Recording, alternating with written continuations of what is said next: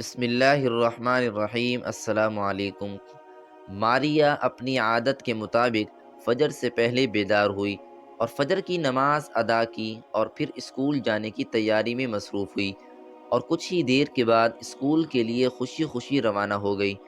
ماریا کو اپنے اسکول اور استانیوں اور سہیلیوں سے بہت محبت تھی، لیکن جب اسکول سے واپسی ہوئی تو بہت ہی غم زدہ اور پریشان لوٹی۔ ماریا کی والدہ نے ماریا کا چہرہ دیکھتے ہی پہچان لیا کہ کوئی مسئلہ درپیش ہے۔ ماریا سے پوچھا، بیٹی کیا ہوا؟ کیوں پریشان ہو؟ ماریا نے جواب دیا، نہیں نہیں کوئی بات نہیں۔ اس کی والدہ خاموش ہو گئی، لیکن ماریا کی اس بات پر مطمئن نہ ہوئی کیونکہ ماریا کی حالت اس کے جواب کو جھٹلا رہی تھی۔ اسی طرح ایک ہفتہ گزر گیا۔ پھر ایک دن اس کی والدہ نے دیکھا کہ ماریا اپنا جیب خرچ اسکول سے واپس لے آتی ہے اور خرچ نہیں کر رہی بلکہ ایک جگہ جمع کر رہی ہے۔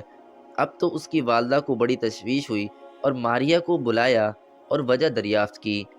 ماریا نے بات ٹالنے کی کوشش کی، لیکن اس مرتبہ وہ کامیاب نہ ہو سکی۔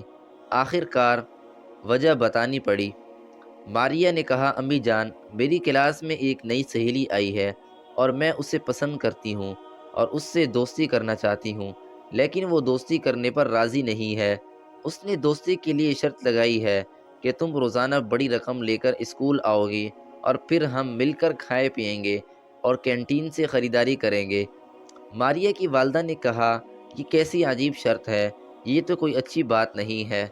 ماریا نے کہا، امی جان، وہ ایک مالدار گھرانے کی لڑکی ہے، وہ فاخرانہ لباس پہنتی ہے اور روزانہ خوب پیسے خرچ کرتی ہے۔ وہ صرف ان لڑکیوں کے ساتھ اٹھتی بیٹھتی ہے جو اس جیسی مالدار ہوں اور اسی طرح خرچ کرنے والی ہوں۔ ماریا کی والدہ نے ماریا کو سینے سے لگایا اور نرمی سے کہا، بیٹی، تم ایسی بری عادت والی لڑکی سے کیوں دوستی کرنا چاہتی ہو؟ مسلمان تو کبھی بھی اپنے مال پر فخر نہیں کرتا اور کبھی بھی مال سے اپنے آپ کو بڑا نہیں سمجھتا۔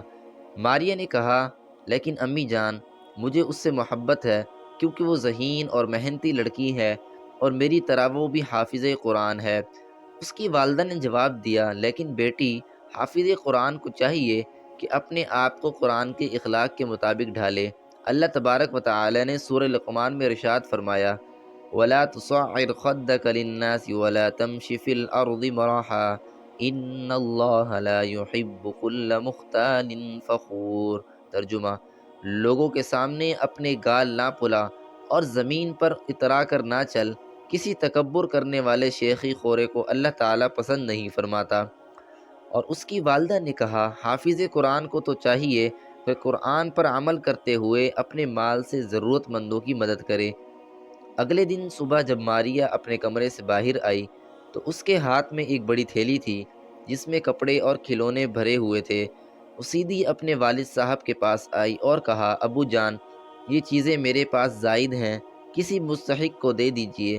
یہ پیسے میں نے اپنے سہیلیوں کے لیے جمع کیے تھے، یہ بھی لے لیجئے اور مسجد کے اخراجات میں دے دیجئے، کیونکہ ضرورت مند لوگ ان چیزوں کے زیادہ مستحق ہیں۔ فائدہ: پیارے بچوں، دوسروں کی چیز کو للچائی ہوئی نگاہوں سے نہیں دیکھنا چاہیے۔ کسی کی گاڑی کو یا کسی کی گھڑی کو یا کپڑوں کو دیکھ کر للچانا یا کسی کی چوڑیاں یا دوپٹہ دیکھ کر للچانا یہ بری بات ہے۔ اسے ہوس کہتے ہیں اور ہوس ساری پریشانیوں کی جڑ ہے۔ اس کے مقابلے میں ہم قناعت، یعنی جو مل جائے اس پر راضی رہنا، اختیار کریں، کیونکہ قناعت ساری پریشانیوں کا حل ہے اور راحتوں کی کنجی ہے۔ قناعت کے لیے اس دعا کے مانگنے کا اہتمام کرے، رب قنعنی بما رزقتنی۔ ترجمہ، اے میرے رب، آپ نے مجھے جو کچھ بھی دیا ہے اس پر قناعت کرنے کی توفیق دوستو، عطا فرما امید ہے دیجیے۔ آج کی ویڈیو آپ کو اچھی لگی ہوگی۔ اگر ویڈیو اچھی لگی ہو تو لائک، کامنٹ اور شیئر کریں، اور ہمارے یوٹیوب چینل علمی وائس کو سبسکرائب کریں تاکہ نیو آنے والی ویڈیو کا نوٹیفیکیشن آپ تک بر وقت پہنچ سکے۔ اسی کے ساتھ ہی میں آپ سے اجازت چاہوں گا۔ ملتے ہیں نیکسٹ ویڈیو میں ایک دلچسپ اور سبق آموز واقعے کے ساتھ۔ تب تک کے لیے اللہ حافظ۔